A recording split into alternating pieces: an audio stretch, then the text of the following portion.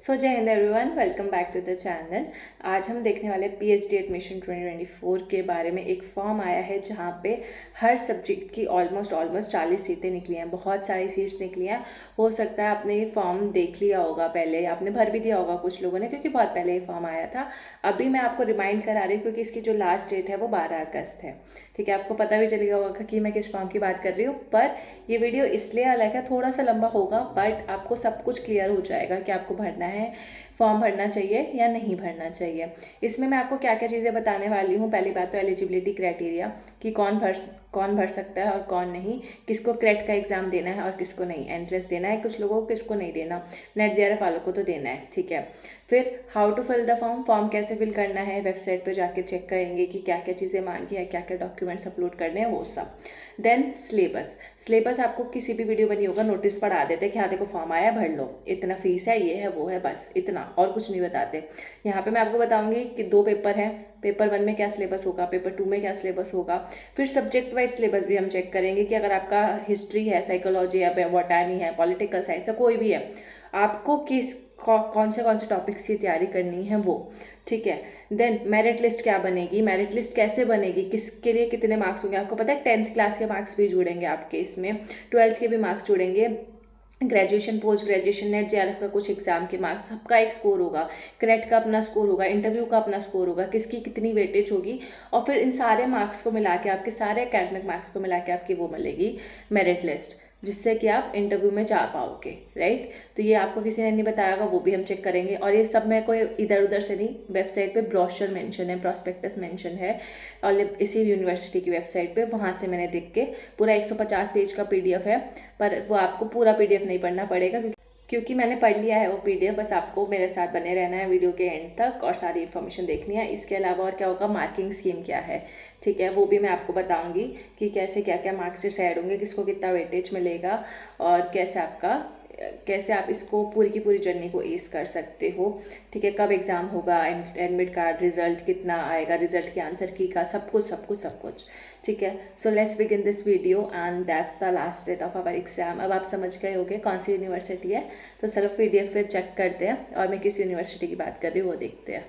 ये मैंने university of Allahabad की वेबसाइट से ब्रोशर डाउनलोड किया है और आपको ये लिंक जो है डिस्क्रिप्शन में मिल जाएगा जहाँ से आपको फॉर्म भरना है। ठीक है, बाकी हम जो मेन चीज़ें हैं वो डिस्कस कर लेते हैं। जहाँ पे ये आपको बताया गया है कि जब आपका ग्रेड का एग्ज़ाम, आप एंट्रेंस एग्ज़ाम दोगे, ठीक है, एंट्रेंस एग्ज़ाम के बाद आपको 45 डेज के अंदर अंदर आपका रिजल्ट मिल जाएगा और उसकी अगर आपको आंसर की डाउनलोड करनी है तो 200 रुपये आपको ऑनलाइन पे करने होंगे। तो मतलब आंसर की के लिए भी आपको पैसे देने पड़ेंगे। और वैसे जो अभी फॉर्म है वो है 1800 का, जनरल वालों के लिए, ओबीसी वालों के लिए, और बाकी एससी एसटी वालों के लिए जो फॉर्म है वो है 900 रुपये का फॉर्म। तो भाई बहुत महंगा फॉर्म है, सोच समझ के भरना। आपकी सीट्स कितनी है आपके सब्जेक्ट्स में, उस हिसाब से देख के भरना। मैं अभी सब कुछ दिखा दूंगी कि कितनी सीट्स हैं, क्या सिलेबस है पर सब्जेक्ट। आप कोई भी सब्जेक्ट हो, आपको यहाँ पे सब कुछ पता चल जाएगा। तो वैसे ये पीडीएफ का लिंक मैं डालने की कोशिश करूंगी कि डिस्क्रिप्शन में पीडीएफ का लिंक भी डाल दूं। नहीं तो आपको ये जो पीडीएफ है टेलीग्राम ग्रुप पे तो मिल ही जाएगी। टेलीग्राम ग्रुप का नाम मेरे ये चैनल के नाम से ही है, learningmantra.vp। ठीक है, और यहाँ पे देखिए तो मिनिमम क्वालिफाइंग मार्क्स आपको क्रेट में कितने चाहिए होंगे, तो 50% होने चाहिए। किसके लिए, यूआर कैटेगरी के लिए। मतलब अगर 300 मार्क्स का पेपर है तो 300 का अगर हम 50% करें तो होता है हमारा 150, राइट। तो 150 मार्क्स आपके होने चाहिए इसको एग्जाम को क्वालिफाई करने के लिए। और बाकी अगर आप दूसरी कैटेगरी से बिलोंग करते हो तो आपको 45%। अभी आगे दिखा भी दूंगी कहाँ लिखा हुआ है, या आपकी फीस का है, या आपको जिसने भर लिया है ठीक है फॉर्म, जिन्होंने नहीं भरा वो अपना सिलेबस और कितनी सीट्स है वो देख के जाना कि आपके सिलेबस, आपके सब्जेक्ट में कितनी सीट्स हैं। ठीक है, फॉर्म अगर आपने भर भी दिया है तो। और स्टार्ट डेट ये सब मेंशन्ड है। अभी आपका एडमिट कार्ड 1 हफ्ते पहले आ जाएगा, मतलब 12 अगस्त तक फॉर्म फिल हो जाएंगे। उसके बाद जब भी आपका एग्जाम होना होगा उससे 1 हफ्ता पहले आपका एडमिट कार्ड मिलेगा। और आपको जो एंट्रेंस टेस्ट का जो भी डेट है कि कब होगा आपका एंट्रेंस टेस्ट, ये वाला क्रेट का, इलाहाबाद यूनिवर्सिटी वाला, वो आपको भी यूनिवर्सिटी वेबसाइट पे अपडेट हो जाएगा। जब भी नोटिफिकेशन आएगी मैं आपको यूट्यूब पे वीडियो बना के या फिर टेलीग्राम पे अपडेट कर दूंगी, तो टेलीग्राम जरूर से ज्वाइन कर लेना। अब यहाँ पे जो नेक्स्ट इंपॉर्टेंट पॉइंट है कि सबको ही ये फॉर्म भरना है। एलिजिबिलिटी क्राइटेरिया की जैसे मैं बात कर रही थी, तो चाहे आपके पास नेट क्लियर है, चाहे आपका जेआरएफ क्लियर है, तब भी आपको ये फॉर्म भरना ही पड़ेगा। और चाहे आपके पास नेट जेआरएफ नहीं है तो ऑब्वियसली तब भी भरना पड़ेगा, क्योंकि ये एंट्रेंस एग्जाम के बेसिस पे ही वहाँ पे आपका क्रेट 2024 के बेसिस पे ही एडमिशन होगा। तो आपके पास है नहीं है कुछ भी है, बस आपका मास्टर्स अगर क्लियर है ना, तो उसके बाद आप ये फॉर्म भर सकते हो, यहाँ पे एडमिशन ले सकते हो। दोनों ही लिंक आपको डिस्क्रिप्शन में मिल जाएंगे। देन देखो यहाँ लिखा हुआ है जीआरएफ वालों को भी ये फॉर्म भरना है और उनको भी एग्जाम देना पड़ेगा क्रेट का। और एलिजिबिलिटी क्राइटेरिया की बात करें तो यहाँ मेंशन है कि कम से कम आपके जो एमए में 55% से ऊपर या 55% होने चाहिए, ठीक है। और अगर आप यूआर कैंडिडेट हो तो, और अगर आप ईडब्ल्यूएस हो, ओबीसी हो, एससी एसटी या पीडब्ल्यूडी कैंडिडेट हो तो आपके एमए में कम से कम 50% होने चाहिए, तब आप ये फॉर्म भर सकते हो। अब बात कर लेते हैं क्रेट के सिलेबस की। पहले तो मतलब ओवरव्यू दे लेते हैं कि कितने पेपर होंगे, पेपर 1 और पेपर 2 होगा, फिर उसके अंदर आपका जो सिलेबस है कि कौन कौन से टॉपिक्स पूछे जाएंगे वो भी मैं आपको बता दूंगी। तो पहले ओवरव्यू देखते हैं। तो 50 ऑब्जेक्टिव टाइप क्वेश्चन होंगे एमसीक्यूज बेस्ड, 2 मार्क्स होगा हर क्वेश्चन के लिए, जैसे आपका नेट जेआरएफ का एग्जाम होता है सेम वैसे ही पेपर 1 होगा। और इसमें 50% of the question would be from research methodology. तो मतलब जैसे 100 क्वेश्चन आ रहे हैं तो 100 में से 50 क्वेश्चन आरएम से होंगे। आरएम का मैंने पूरा प्लेलिस्ट बना दिया है, वहां से देख लोगे तो आपका ऑलमोस्ट आराम से 90% आरएम कंप्लीट हो जाएगा मेरे चैनल से ही, ठीक है। और फिर और 50% जो होंगे आपके सब्जेक्ट स्पेसिफिक होंगे, यानी कि जो 25 क्वेश्चन मान लो रिसर्च मेथोडोलॉजी से आएंगे और 25 क्वेश्चन आपके सब्जेक्ट स्पेसिफिक। तो मैंने अभी 100 का एग्जांपल दिया, पर यहाँ पे होगा हमारा 25-25, तो 25 आरएम के क्वेश्चन और 25 आपके किसके क्वेश्चन होंगे, 25 होंगे आपके जो भी आपका सब्जेक्ट है। जैसे मेरा सब्जेक्ट पॉलिटिकल साइंस है तो पॉलिटिकल साइंस के 25 क्वेश्चन, और कोई भी नेगेटिव मार्किंग नहीं है, सबसे अच्छी बात, तो ये भी याद रखना। प्लस आपका शॉर्ट मीडियम और लॉन्ग आंसर टाइप क्वेश्चन होंगे जो कि होगा पेपर 2। तो पेपर 2 होगा आपका सब्जेक्टिव, पर आपका ऑब्जेक्टिव है, 4 ऑप्शन होंगे, टिक करना है बस, ठीक है। लेकिन जो दूसरा पेपर है आपका पेपर नंबर 2 वो सब्जेक्टिव होगा, उसमें राइटिंग स्किल्स आपकी चेक होंगी, ठीक है। तो 30 मिनट का ये पेपर होगा, सॉरी 30 मिनट का पेपर 1 होगा, ठीक है। और पेपर 2 कितने मिनट का होगा, 120 मिनट यानी कि 2 घंटे का, ठीक है। तो आधा घंटा आपको पेपर 1 के लिए मिलेगा, मतलब 50 क्वेश्चन आपको आधे घंटे में सॉल्व करने हैं, और 120 मिनट आपको मिलेंगे बाकी पेपर 2 के लिए। तो 100 मार्क्स का हो गया आपका पेपर 1 और 200 मार्क्स का हो गया पेपर 2। तो टोटल आपके कितने हो गए, टोटल आपके हो गए 300 मार्क्स का पेपर है, ठीक है। जिसमें से 300 में से आपको कितने लाने हैं, अगर आप जनरल हो तो 150 लेकर आने हैं। तो वही सारी बातें यहाँ लिखी हुई हैं जो मैंने आपको अभी पैराग्राफ में समझाई कि 2 मार्क्स का एक क्वेश्चन, 100 मार्क्स और 30 मिनट मिलेंगे। पेपर 2 में आपका ऐसा होगा कि 10 शॉर्ट आंसर टाइप क्वेश्चन होंगे 12 मार्क्स के, फिर मीडियम आंसर टाइप क्वेश्चन होंगे जिसमें आपको थोड़ा ज्यादा लिखना पड़ेगा, और 2 क्वेश्चन ही होंगे वो सिर्फ 20 मार्क्स का, मतलब हर एक क्वेश्चन 10-10 मार्क्स का लगा लो। और फिर एक लॉन्ग आंसर टाइप क्वेश्चन होगा 40 मार्क्स का। तो ये बहुत इंपॉर्टेंट क्वेश्चन है, अगर आपका गलती से पहले शॉर्ट आंसर टाइप तो पक्का से करना और लॉन्ग आंसर टाइप पक्का से करना, और लास्ट में मीडियम आंसर टाइप अटेम्प्ट कर लेना। लॉन्ग आंसर टाइप के 40 मार्क्स और टोटल हो गए 200 मार्क्स, ठीक है।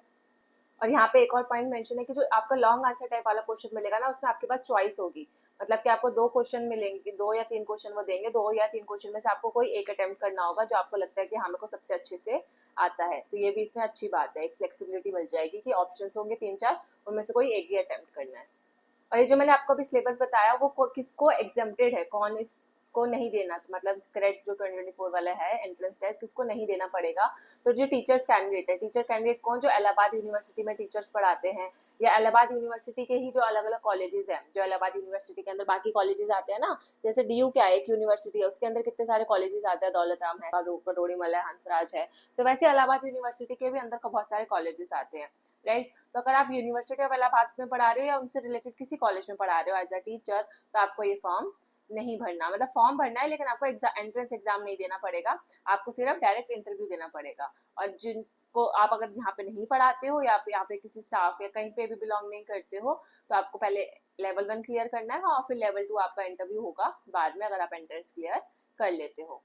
लेकिन यहाँ पे लिखा है कि जो एग्जेम्पशन है वो रेगुलर और परमानेंट टीचर्स के लिए ही है। जो इलाहाबाद यूनिवर्सिटी में रेगुलर टीचर्स हैं, परमानेंट टीचर है और उनके कॉलेजेस में, उनको ही एग्जेम्पशन दिया गया है कि उनको एंट्रेंस नहीं देना पड़ेगा, लेकिन बाकी सबको देना पड़ेगा, चाहे आप परमानेंट प्रोफेसर हो लेकिन किसी दूसरी यूनिवर्सिटी में, मान लो डीयू जेएनयू के परमानेंट प्रोफेसर हो, तब आपको देना पड़ेगा।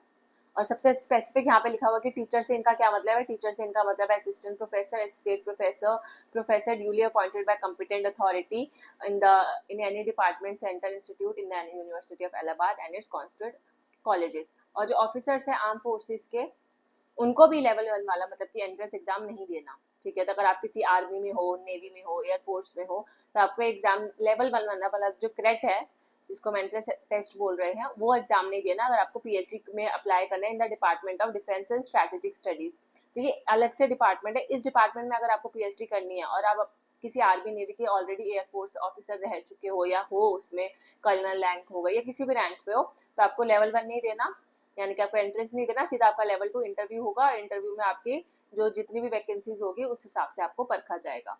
तो आई डोंट थिंक कि आपको किसी भी चैनल पे इतना डिटेल में बताया गया होगा, बाकी सिलेबस शीट्स में भी बताऊंगी। तो अगर आपको ये नहीं देखना तो आप स्किप कर सकते हो।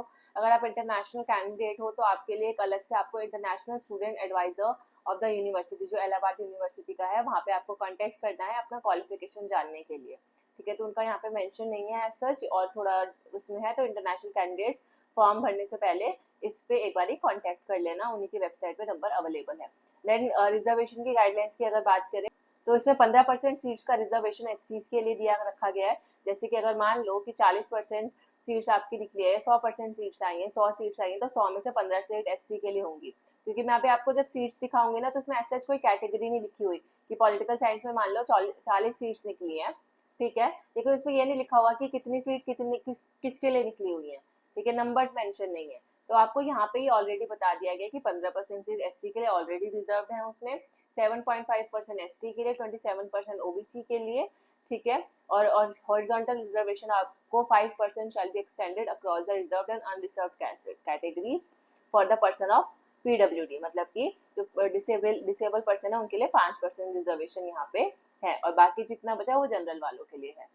और यहाँ पे एक और बात कि अगर आप एसटी से बिलोंग करते हो फॉर एग्जाम्पल, लेकिन एसटी में मान लो उनके पास आई थी सीट्स 5, लेकिन 5 में से उनके सिलेक्शन हुआ सिर्फ 4 का, तो जो एक सीट एक्स्ट्रा में बचेगी वो एससी के पास चली जाएगी, मतलब वो एक सीट खाली नहीं जाएगी, वो किसी दूसरी कास्ट को, या मतलब इसमें लिखा है एससी को मिल जाएगी, ठीक है, एंड वाइस वर्सा। और एससी में भी अगर ऐसे कोई सीट्स होता है कि बहुत सारी सीट्स निकली और कुछ सीट्स जो सीट्स है वो वेकेंट रह गई हैं, खाली रह गई हैं, वहाँ पे एडमिशन नहीं हुआ है, तो वो उन सीट्स को वो किसको दे देंगे, एसटी वालों को दे देंगे।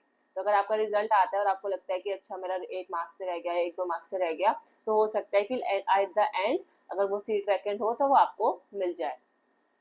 और ये रहे आपके मिनिमम क्वालिफाइंग मार्क्स। अगर आप जनरल कैटेगरी के हो तो आपको 150 मार्क्स लेकर आने हैं, और ईडब्ल्यूएस ओबीसी एससी एसटी के लिए आपको 135 मार्क्स लेकर आने हैं 300 में से, ठीक है। तो जब भी पेपर दोगे तो ये कट ऑफ लेकर चलना, आपका इसमें पासिंग मार्क्स होंगे, इसके बेसिस पे आप सब हर कोई इंटरव्यू दे सकता है, कट ऑफ नहीं निकलेगी, पासिंग मार्क्स होंगे। अगर आपके इतने बन रहे हैं या इतने बन रहे हैं कैटेगरी के अकॉर्डिंग, तो आपको इंटरव्यू में तो सबको ही चांस मिलेगा। ओके सॉरी, यहाँ पे एक चीज मैंने गलत बता दी कि हर किसी को इंटरव्यू का मौका मिलेगा, तो ऐसा नहीं है। यहाँ पे बाद में लिखा हुआ है कि वो डिपेंड करता है एचओडी पे और डिपार्टमेंट में, उस डिपार्टमेंट में या प्रिंसिपल के अकॉर्डिंग या कोऑर्डिनेटर पे डिपेंड करेगा कि कितने बच्चों को लेना है। फॉर एग्जाम्पल अगर 100 बच्चे ने क्लियर करा है एग्जाम, ठीक है, मतलब उनके मिनिमम क्वालिफाइंग मार्क्स वो आ चुके हैं 135 से ऊपर या वो, ठीक है, लेकिन फिर भी उसमें से भी इसके ज्यादा मार्क्स होंगे, कट ऑफ ज्यादा निकलेगी, तो उन बच्चों को इंटरव्यू के लिए बुलाया जाएगा। हर किसी के पास ये नहीं चांस है कि आपने सिर्फ मार्क्स क्वालिफाई कर लिए, मतलब 150 या सिर्फ 135 लिया और आपको हर इंटरव्यू में मिल जाएगा, ऐसा नहीं होगा। वो डिपेंड करता है डिपार्टमेंट टू डिपार्टमेंट कि जिस डिपार्टमेंट के बाद जितनी सीट्स होंगी उस सीट्स के उतने प्रपोर्शन के ऊपर वो आपको बुलाएंगे। जैसे 50 सीट्स है तो हो सकता है कि 100 कैंडिडेट्स को बुलाए किसके लिए, इंटरव्यू के लिए, ठीक है। और चाहे जो एग्जाम क्लियर है वो 200 कैंडिडेट्स ने किया हो, ठीक है, exam clear qualifying marks 150 marks अगर जनरल का ले, तो हो सकता है 150 से ऊपर मार्क्स 200 कैंडिडेट्स के आए हो, लेकिन जो इंटरव्यू का कॉल है वो सिर्फ 100 लोगों को आए। क्यों? क्योंकि उनके जो टॉप 100 लोगों को वो ले लेंगे जिनके मार्क्स ज्यादा आए होंगे, क्योंकि सीट सिर्फ 50 है तो कोई मतलब नहीं बैठता कि 200 बच्चों का इंटरव्यू ले। तो ऐसा मैं एक एग्जाम्पल के तौर पे आपको समझा रही हूँ, जरूरी नहीं है कि ऐसा ही होता है या 50% वाला क्राइटेरिया है, नहीं। पर यस, आपकी जो 70% वेटेज है आपको रिटर्न एग्जामिनेशन को मिलेगी, तो जितना हो सकता है रिटर्न एग्जाम में इतना अच्छा परफॉर्म करो कि सिर्फ इंटरव्यू में सिर्फ 30% का ही वो रह जाएगा, कि आप इतने अच्छे मार्क्स ले, मतलब 300 में से कम 250 मार्क्स तक ले आओ, ठीक है, तो आपका इंटरव्यू तो फिर पक्का पक्का क्लियर ही क्लियर है, ऐसे मान के चलो, ठीक है। ऑल्सो ये बहुत इंपॉर्टेंट टेबल है जो हर बच्चे को पता होना चाहिए कि आपकी मेरिट लिस्ट कैसे बनेगी इलाहाबाद यूनिवर्सिटी के लिए। तो अगर आपके हाई स्कूल में, ठीक है, कितने मार्क्स है, अगर 50% से कम है तो आपको 0 एकेडमिक परफॉर्मेंस स्कोर मिलेगा। अगर आपके हाई स्कूल में, यहाँ पे मतलब बात हो रही है 10th क्लास की, ठीक है, अगर हाई स्कूल में 50% से ज्यादा आए आपके 10th में, 50% से ज्यादा लेकिन 60% से कम, तो 1 मार्क्स, अगर 60% से ऊपर मार्क्स है आपके 10th क्लास में तो 2 मार्क्स उसके, तो टोटल आपके 2, मैक्सिमम 2 हो सकते हैं। वैसे आपका किस में लाई करते हो आप देख लेना।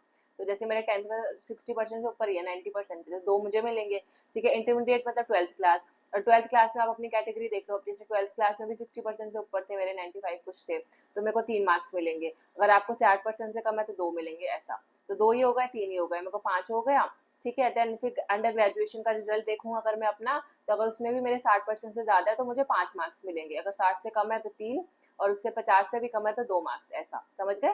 तो यहाँ पे मेरे को 5 मिल गए, तो ये काउंट हो गया। फिर इसके अलावा पोस्ट ग्रेजुएशन यानी कि हमारी एमए में कितने मार्क्स है, तो एमए में भी अगर 55 या 60 के बीच में है तो आपको 7 मिलेगा, और 60% से ऊपर आपके मार्क्स है तो आपको 10। तो ये सब काउंट होते होते टोटल कितना बनेगा, 75। और अगर आपके 75 में से जितने ज्यादा मार्क्स बन रहे हैं उतना ज्यादा चांसेस है कि आपका इलाहाबाद में पीएचडी में एडमिशन हो जाए। और नेट के भी मार्क्स है, जेआरएफ के 5 मार्क्स मिलते हैं, और नेट के अगर आपके पास सिर्फ नेट है तो 3 मार्क्स। तो आप देख लेना कौन सा है। देन क्रेट के टेस्ट मार्क्स भी मैटर करते हैं, 35 मार्क्स क्रेट के होंगे, जितना आप लेकर आओगे उसमें 300 में से जितने मार्क्स लेकर आओगे उसमें से आपके 35 मार्क्स जो है क्रेट डिसाइड करेगा, और इंटरव्यू में सिर्फ 15, ठीक है। तो सिर्फ 15 की खेल है आपके पास, और बाकी सब आपके हाथ में है। तो 15 मार्क्स आपको इंटरव्यू के हैं, और अगर उसमें बाकी सब में आप अच्छा परफॉर्म करते हो, इंटरव्यू में इतना थोड़ा अच्छा नहीं भी कर पाते, फिर भी आप इतना कट ऑफ पार करके एडमिशन ले पाओगे आसानी से। अब देख लेते हैं आपके सब्जेक्ट्स और आपका एलिजिबिलिटी क्राइटेरिया। तो एलिजिबिलिटी क्राइटेरिया सबका सेम ही है, 55% मार्क्स वाला। अब कुछ लोग पूछते हैं कि मैम हमारा एमए पॉलिटिकल साइंस से है तो क्या हम पीएचडी हिस्ट्री में कर सकते हैं, या पीएचडी में फॉर्म हिस्ट्री के लिए भर सकते हैं, या किस में भर सकते हैं। तो यहाँ पे सबका लिखा हुआ है कि कौन किस में फॉर्म भर सकता है, तो मैं भी दिखा देती हूँ, ठीक है। तो वैसे सबसे पहले तो आप अपने सब्जेक्ट देख लो, सबके सब्जेक्ट्स तो नहीं बता रही क्योंकि आपको पीडीएफ मिल ही जाएगा, तो आप वहाँ पे देख लेना। पेज नंबर 11 पे ये अवेलेबल है, मैं ये दिखा देती हूँ, देखो आपको दिख रहा होगा 11, 153 पेजेस का पीडीएफ है, तो इतना बड़ा पीडीएफ आप पढ़ोगे नहीं। तो मैं आपको शॉर्ट में जो जो इंपॉर्टेंट है वो सब मैंने पढ़ लिया है, वो सिर्फ उतना ही दिखा रही हूँ जितना इंपॉर्टेंट है, बाकी सब बकवास ज्यादातर लिखा हुआ है। तो एग्रीकल्चर बटानी में जो एयू है, एयू यानी कि इलाहाबाद यूनिवर्सिटी, और बाकी फिर ये क्या लिखा हुआ है, सीएमपी, एडीसी, आईएसडी, ये क्या है, ये उनके कॉलेजेस का नाम है। जैसे हमारे यहाँ पे होता है डीआरसी, हंसराज का होता है, देन यहाँ पे केएमसी करोड़ीमल का शॉर्ट फॉर्म होता है, तो वैसे ही अलग अलग कॉलेजेस के वहाँ के कॉलेजेस का शॉर्ट फॉर्म है। और ये शॉर्ट फॉर्म का क्या मतलब है, ये लास्ट में लिखा भी हुआ है। आपको जब ये सारे एग्जाम खत्म हो जाएंगे कि किसमें कितनी सीट्स आप यहाँ पे देखोगे, तो एयू का मतलब इलाहाबाद यूनिवर्सिटी का मेन कैंपस, सीएमपी का मतलब Chaudhary Mahadev Prasad degree college, ADC का इलाहाबाद डिग्री कॉलेज, आईएसडी का ईश्वर शरण डिग्री कॉलेज, तो अलग अलग कॉलेज की शॉर्ट फॉर्म है कि किस कॉलेज में कितनी वैकेंसी है। तो आई होप आपको अब समझ आ गया होगा। आप अपने यहाँ पे कोई भी सब्जेक्ट देख सकते हो, बायोकेमिस्ट्री, बायोमेटानी, उसके सामने की मेन कैंपस में कितनी सीटें हैं और टोटल कितनी सीटें हैं लास्ट में लिखा हुआ है, ठीक है। तो जैसे ये सबसे ज्यादा 105 सीटें देखो केमिस्ट्री है, जो केमिस्ट्री वालों को तो पक्का भरना चाहिए, ठीक है। अब जहाँ पे सिर्फ 2 ही सीटें निकली है तो आई डोंट रिकमेंड कि अगर आप इलाहाबाद से नहीं हो, ठीक है, या आप इलाहाबाद यूनिवर्सिटी नहीं जा सकते कोर्स वर्क के लिए, आप बहुत दूर रहते हो, तो ये फॉर्म मत भरो। फालतू में आप 1800 भी भरोगे, फिर जा भी नहीं पाओगे, और 2 ही सीट्स होंगे और बच्चे इतने सारे भर देंगे तो कोई फायदा भी नहीं है। जब तक आप पे वहाँ पे जान पहचान है या आप वहीं से पढ़े हुए हो, ठीक है, प्रोफेसर्स को जानते हो तो भरो, नहीं तो नहीं। अब जैसे यहाँ पे 40 सीट है तो यहाँ पे मैं कहूंगी कि सबको भरना चाहिए, कि 63 है टोटल, 63, और वो भी अलग अलग कॉलेजेस में भी कुछ कुछ सीटें हैं, राइट। तो यहाँ पे जो जिन कॉलेजेस में ज्यादा है वो देखते हैं, और फिर उसके अलावा यहाँ पे टोटल सीट्स आपको दिख जाएंगी अपनी अपनी अपने अकॉर्डिंग। ज्योग्राफी है 30 सीटें हैं, हिंदी की 32 सीटें हैं, ठीक है। जो मेन बड़े बड़े कोर्सेज है, इंग्लिश के जैसे मेन कोर्स है 57 है, और टोटल 76 सीटें हैं, तो ये तो भरना ही चाहिए इंग्लिश वालों को अगर पीएचडी करनी है। और फिर 46 सीटें हैं यहाँ पे लॉ की, जिसमें से 35 मेन कैंपस में और बाकी एक अलग कॉलेज है उसमें 11 सीटें निकली हैं। तो काफी सारी सीटें निकली है। अब एक बारी मैं आपको पॉलिटिकल साइंस का दिखा देती हूँ। तो जैसे यहाँ फिलोसफी का 6 हो गई, 6 में आई डोंट, टोटल 25 है तो भर देना चाहिए अगर आपको लगता है कि हो जाएगा। पॉलिटिकल साइंस वालों को भी भरना चाहिए क्योंकि पॉलिटिकल साइंस में 40 तो सिर्फ मेन कैंपस में निकली है, और टोटल 57 सीट्स निकली हैं, तो बहुत सीटें हैं। तो पॉलिटिकल साइंस वाले जो मेरे से पढ़ते ही हैं ऑब्वियसली वो देख सकते हो कि आपको भरना चाहिए। लेकिन भरना भी तब चाहिए कि जब आप वहाँ पे जाके एडमिशन लो और आप वहाँ पे जाके अपना कोर्स वर्क करो, क्योंकि 6 महीने आपको वहीं रहना पड़ेगा। फिर बाद में ये मत बोला कि मैम परमिशन नहीं मिली या नहीं जा सकते, इतनी दूर है, ये है वो है, तो फिर मत भरना। 1800 भी वेस्ट होंगे, एग्जाम भी दोगे, पढ़ाई भी करोगे, और फिर एडमिशन हो भी जाएगा तो जा भी नहीं पाओगे। तो लॉन्ग टर्म थोड़ा सा सोचो। और फिर आप एक से ज्यादा फॉर्म भर सकते हो क्या अलग अलग, जैसे आपने पॉल साइंस में भी भर दिया और आपका मन है कि चलो हिस्ट्री में भी भर देती हूँ, मेरा तो सोशल साइंसेज है, तो ऐसा कर सकते हैं क्या? तो ऐसा नहीं कर सकते। एक बच्चा सिर्फ एक ही फॉर्म भर सकता है एक ही फील्ड में, ठीक है। तो ओनली वन सब्जेक्ट का फॉर्म भर सकते हो, एक से ज्यादा फॉर्म मत भरना, नहीं तो दोनों ही फॉर्म कैंसिल हो जाएंगे। फिर जब आप यहाँ पे पेज नंबर 13 पे आओगे तो आपको यहाँ पे अपने सब्जेक्ट और उसका एलिजिबिलिटी क्राइटेरिया पता चल जाएगा। तो अब मेरे से मत पूछना है कि मैसेज करके कि मैम अच्छा मैं बोटानी से हूँ, तो मेरे को अगर मैंने इस फील्ड में अगर एमए मैंने दूसरे जूलॉजी में किया तो क्या मैं बोटानी का भर सकती हूँ? तो नहीं भर सकते, क्योंकि इसमें लिखा है कि आपका एमए और जो है 55% मार्क्स के साथ अगर आप जनरल हो तो बोटानी में ही होना चाहिए। ठीक है, आपने एमएससी बोटानी में ही करी होनी चाहिए। वैसे यहाँ पे आपको हर सब्जेक्ट का मेंशन मिल जाएगा, पेज नंबर 13 और 14 पे देख लेना कि आपका जो सब्जेक्ट है वो पढ़ लेना, नहीं तो वीडियो लंबा हो जाएगा। पॉलिटिकल साइंस में आपका एमए जो है 55% मार्क्स होना चाहिए, पॉलिटिकल साइंस में ही एमए होना चाहिए, तभी आप पॉलिटिकल साइंस में पीएचडी कर पाओगे। अब बात करते हैं how to fill the form. तो आपको फॉर्म कैसे फिल करना है, क्या क्या चीजें मांगी है, क्या क्या नहीं, तो वो इस वीडियो में नहीं, पर आपको ये जो लिंक मिलेगा ना, जैसे आप लिंक पे क्लिक करोगे वो पता चल जाएगा। लेकिन मैं आपको, अब मैंने बोला है कि फिल फॉर्म कैसे करते हैं, तो मैं एक वीडियो का लिंक डिस्क्रिप्शन में डाल दूंगी, ठीक है, जहाँ पे वो बताया गया है कि फॉर्म भरना कैसे है, क्या क्या चीजें कब क्या भरना है, सब कुछ बताया गया है। 5 मिनट का वीडियो देख लेना। तो लिंक डिस्क्रिप्शन में मिल जाएगा आपको कि वो आपको कहाँ से खोलना है फॉर्म, और क्या फिर क्या क्या वो पूछेगा, लास्ट में सबमिट कैसे करना है, कोई भी दिक्कत आ रही है उस वीडियो में बता रखा है। तो वो बस उस वीडियो का लिंक डिस्क्रिप्शन में डाल दूंगी, देख लेना। तो इससे मेरा क्या होगा, मेरा भी टाइम बचेगा, आपका भी टाइम बचेगा, मेरे को भी इस पे बनाना नहीं पड़ेगा वीडियो, क्योंकि ऑलरेडी वीडियो है, वो भी 5 मिनट का है, तो ज्यादा बड़ा वीडियो भी नहीं है। और अगर आपका एडमिशन हो जाता है तो कौन कौन से डॉक्यूमेंट्स चाहिए होंगे, एमए की डिग्री, आपका सर्टिफिकेट चाहिए होगा, गेट नेट या जेआरएफ का सर्टिफिकेट होना चाहिए, डेट ऑफ बर्थ का ये सर्टिफिकेट, मतलब कोई आइडेंटिटी होनी चाहिए कि हाँ आपका डेट ऑफ बर्थ ही है, उसका प्रूफ होना चाहिए। तो उसके लिए बेसिकली 10th क्लास का वो देख चेक किया जाता है, तो वो फिर आपका कास्ट सर्टिफिकेट होना चाहिए अगर आप SC ST OBC हो, मेडिकल सर्टिफिकेट होना चाहिए, character certificate, transfer certificate, migration certificate, ये सारे आपको जरूरत पड़ेगी जब एडमिशन हो जाए। वो तो बहुत बात की बात है, अभी तो एंट्रेंस एग्जाम का डेट आएगी, एडमिट कार्ड आएगा, तब की तब देखी जाएगी, ठीक है। और फिर यहाँ पे पेज नंबर 18 में गाइडलाइंस लिखी हुई है, एंट्रेंस टेस्ट जब देने जाओगे तो अपने सारे एडमिट कार्ड रखोगे, 30 मिनट से ज्यादा आप लेट नहीं हो सकते, मतलब 30 मिनट पहले ही पहुंचना होगा, रोल नंबर अलॉट किया जाएगा वगैरह, कैलकुलेटर वगैरह अलाउड नहीं है, return material etcetera, electronic devices allowed नहीं है। और अगर आपको टेस्ट खत्म करने के बाद ही आप जा सकते हो, यार कि जब सबका टेस्ट खत्म हो जाएगा तभी जा सकते हो, बीच में आप उठ के नहीं जा सकते। तो इस पे भी हम बाद में वीडियो बना देंगे, अभी तो फिर इसकी जरूरत नहीं है ना, अभी तो हमें फॉर्म का देखना है। और मैंने क्या बताया, how to fill the form वो मैंने बता दिया, एलिजिबिलिटी क्राइटेरिया बता दिया, बचा सिलेबस।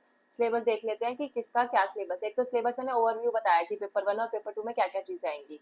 एक आपको अलग से भी सिलेबस दे रखा है इसी पीडीएफ में कि आपको क्या क्या पढ़ना है बेसिकली। सो पेज नंबर 19 से आपका सेक्शन वाइज सिलेबस शुरू हो जाएगा। जैसे सबसे पहले डिपार्टमेंट ऑफ बॉटनी का सिलेबस होगा, ठीक है, और वहां पे आपके पास लिखा होगा कि आपके लिए एग्रीकल्चर बोटनी में क्या क्या आपको पढ़ना है, और इवन इसके सब टॉपिक्स भी सारे मेंशन्ड है। इनफैक्ट जैसे देखो डिपार्टमेंट ऑफ पॉलिटिकल साइंस या कोई भी डिपार्टमेंट है, आपको वहाँ पे कौन कौन से प्रोफेसर्स हैं वो भी लिख आ जाएगा यहाँ पे, ठीक है, प्लस आपका रिसर्च डोमेन कौन कौन सा डिपार्टमेंट किस किस एरिया में रिसर्च कराता है वो भी पता चल जाएगा। तो अगर आपको रिसर्च प्रपोजल भी आगे बनाना होगा ना पीएचडी इंटरव्यू के लिए, तो आप इसी टॉपिक से बना सकते हो। जैसे पॉल साइंस वाले हैं, इसमें उन्होंने लिखा है कि हमारे यहाँ पे ग्रीन पॉलिटिकल थॉट या south Asian political system, political sociology, human rights, state politics in India, इन पे ज्यादा फोकस किया जाता है, ठीक है, फेमिनिस्ट थ्योरी, पॉलिटिक्स कल्चर, तो यहीं से आप रिसर्च प्रपोजल का भी आइडिया ले सकते हो। फिर जो क्रेट का सिलेबस है वो भी लिखा हुआ होगा आपका हर सब्जेक्ट का, आपको बस ढूंढना पड़ेगा कि आपका कहाँ है। तो आपको ये सर्च बटन दिख रहा है ना, जैसे आप सर्च बटन पे क्लिक करोगे जो भी आपके सब्जेक्ट है वो सर्च कर लेना, पीडीएफ में सर्च का ऑप्शन होता है ना, फिर वहीं पे आपको सिलेबस मिल जाएगा। जैसे पॉलिटिकल साइंस का पॉलिटिकल थ्योरी एंड थॉट है, कंपैरेटिव पॉलिटिक्स है, ये सब आएगा, रिसर्च मेथोडोलॉजी का भी आएगा, Indian government and politics. RM तो सारा वही सेम ही रहेगा जो हमेशा आता है एंट्रेंस वगैरह में या जो हम नेट जेआरएफ में पढ़ते हैं। फिर यहाँ पे पब्लिक एडमिनिस्ट्रेशन है, उसके सब टॉपिक्स भी मेंशन्ड है, बहुत अच्छे से प्रिस्क्राइब किया गया आपका सिलेबस की क्या क्या पूछा जाएगा। फिर साइकोलॉजिकल है ये सब एक्सेट्रा, ठीक है। तो ये जो पॉलिटिकल साइंस का है 131 पेज नंबर पे है। So thank you so much for watching, I hope आपको ये वीडियो हेल्पफुल रहा होगा। थोड़ा सा लंबा वीडियो हुआ पर हमने सब कुछ डिस्कस किया, सिर्फ नोटिस नहीं बताया मैंने क्या भाई नोटिस आया फॉर्म भर लो, नहीं, आपको भरना है नहीं भरना है, एलिजिबिलिटी क्या है, सिलेबस, सब कुछ मैंने सारे डायमेंशन कवर करे हैं। और भी डायमेंशन है लेकिन वो तब काम आएंगे जब आपका पीएचडी का जो एंट्रेंस है क्रेट लेवल 1 क्लियर हो जाएगा, उसके बाद जो लेवल 2 की प्रक्रियाएं होंगी वो भी इसमें मेंशन है कि इंटरव्यू कैसे कब, उसका भी सारा स्कोर मेंशन है, ठीक है, या कितना स्कोर होना चाहिए सब कुछ। सो वो भी हमने डिस्कस कर लिया, ऑलमोस्ट हमने सारी चीजें डिस्कस करी है। 153 का क्या है, शुरू के बस 50 पेज इंपॉर्टेंट है, और उसके बाद आपको सिलेबस दे रखा है सब्जेक्ट वाइज, तो आपको अपना सिलेबस तो खुद ही देखना पड़ेगा, राइट। लेकिन कहाँ से पेज नंबर से स्टार्ट है वो मैंने बता दिया, और पीडीएफ आपको मिल जाएगी टेलीग्राम ग्रुप पे। सो मिलते हैं नेक्स्ट एक और इन्फॉर्मेटिव वीडियो के साथ। आई होप अच्छे लगे हो तो do like share and subscribe. मिलते हैं नेक्स्ट वीडियो में, बाय बाय।